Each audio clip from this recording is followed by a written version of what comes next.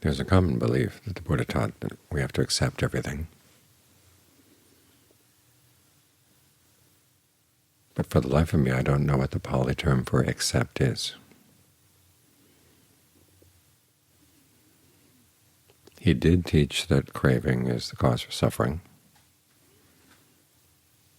And craving means the desire to have things differently from the way they are. So from that, some people conclude that you just have to accept things and you'll be okay. But if you're still hungry, no matter how much you may accept the fact that you're hungry, it doesn't make you okay.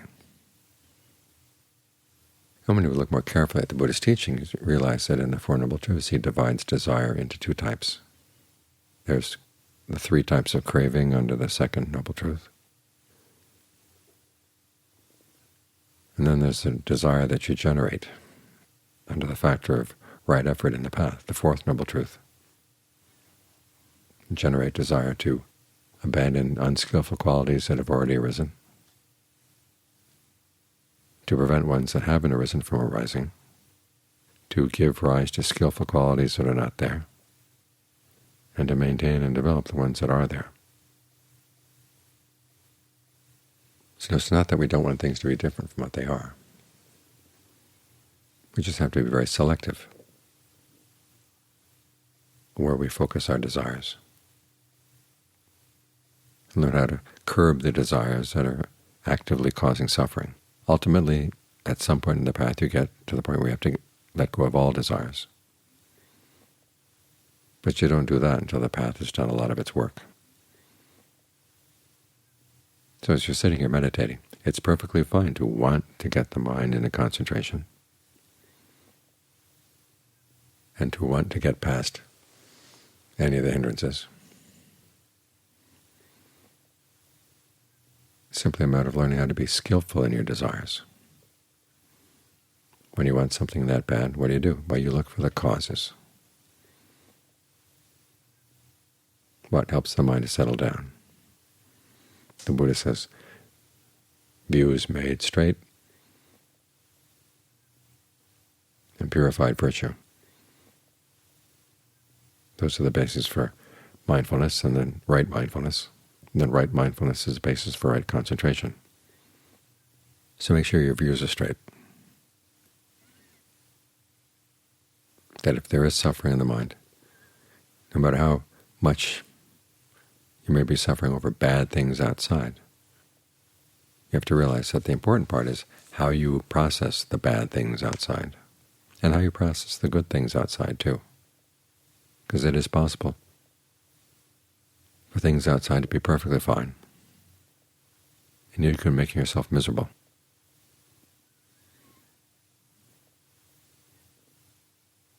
And it is possible, even though things are bad outside, that you don't have to suffer from them at all.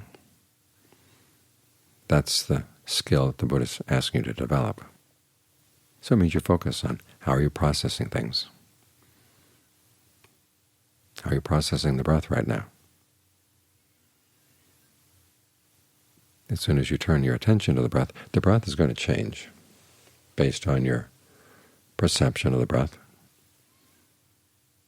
your intentions around the breath, which means that the breath is a really good mirror for seeing these things. We know that one of the principles of causality that the Buddha taught was that there are some things that as soon as the cause comes, the effect is going to come. And as soon as the cause goes away, the effect goes away. And the relationship between the mind and the breath can often be that particular type of cause and effect relationship. So what image are you holding in mind right now?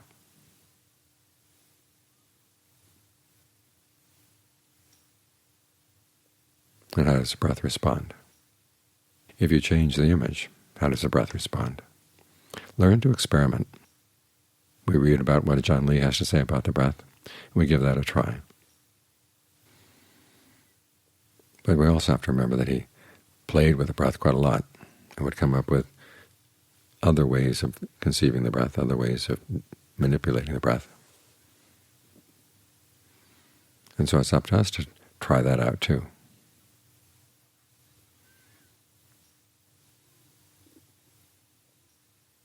And then see what results you get. And it's this way the meditation becomes your meditation, and not necessarily a John Lee's meditation. But as long as it's getting results, that's what matters. And John Mahabua made that comment in one of his Dharma talks. He says, even though there may be things that the Buddha didn't say, but if you try them out and they get good results, they're Dharma just as much as anything that he did say.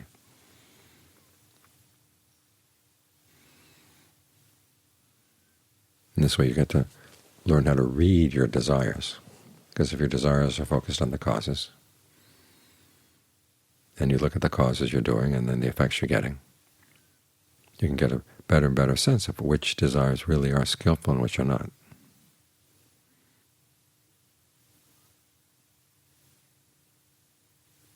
So in a case like this, when things are not going well, you don't just content yourself by the fact that the mind is distracted, sleepy, blurry. You want to overcome any of the hindrances, overcome any of the things that are getting in the way of clear, mindful, alert, steady concentration.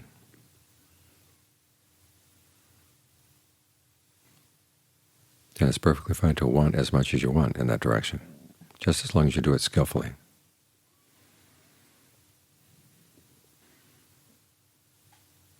As for desires outside that would pull you away from the concentration, no matter how much you've identified with them in the past, no matter how much the mind can give all kinds of reasons for why it should want this kind of food and this kind of clothing and this kind of shelter and this kind of whatever,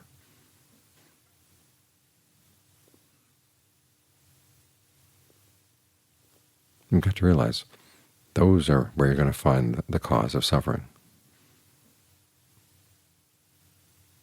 So this is why we practice contentment. This is why contentment with material things, food, clothing, and shelter, is one of the customs of the noble ones. This is the chant we chanted just now. It makes that distinction.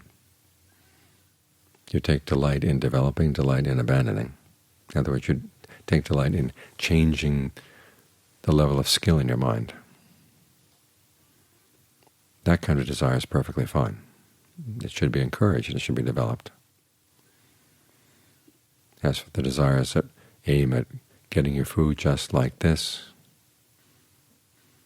getting your shelter just like that, your clothing just like this, those are the desires that should be curbed.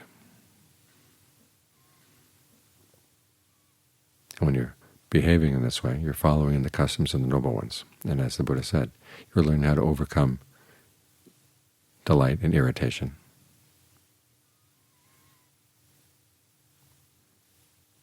You learn to be a conqueror.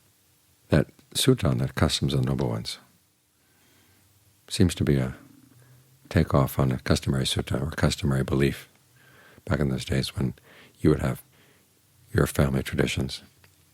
And you would claim, especially if you're a noble warrior, that your family traditions would protect you in all directions, because you would be a conqueror in all directions. You would conquer your enemies. The word for enemy in Pali, ari, is very close to ardhati, which is what the Buddha substituted there. You learn to overcome, if you're going to be a noble one, a member of the noble tradition, you learn how to overcome displeasure. And when you can overcome displeasure, you can go anywhere, east, west, north, south. You might not be defeated when you don't meet up with the food, clothing, and shelter that you'd like.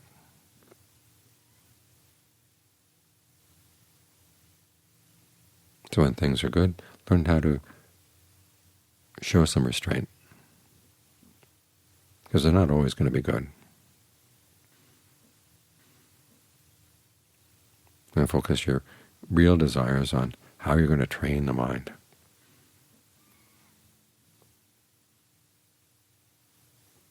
So you can develop the kind of concentration that will stand you in good stead no matter what things are happening outside. Mountains can move in, crushing living beings. You can still be okay if the mind is well trained.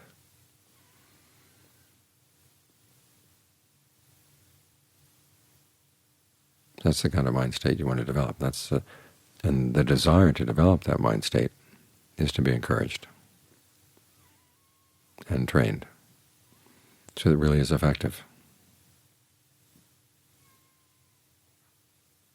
When you learn how to take a mature attitude toward your desires, recognizing which ones are skillful, which ones are not,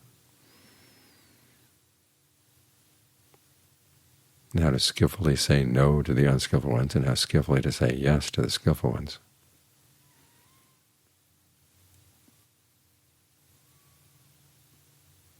That's when you really are following the customs of the noble ones.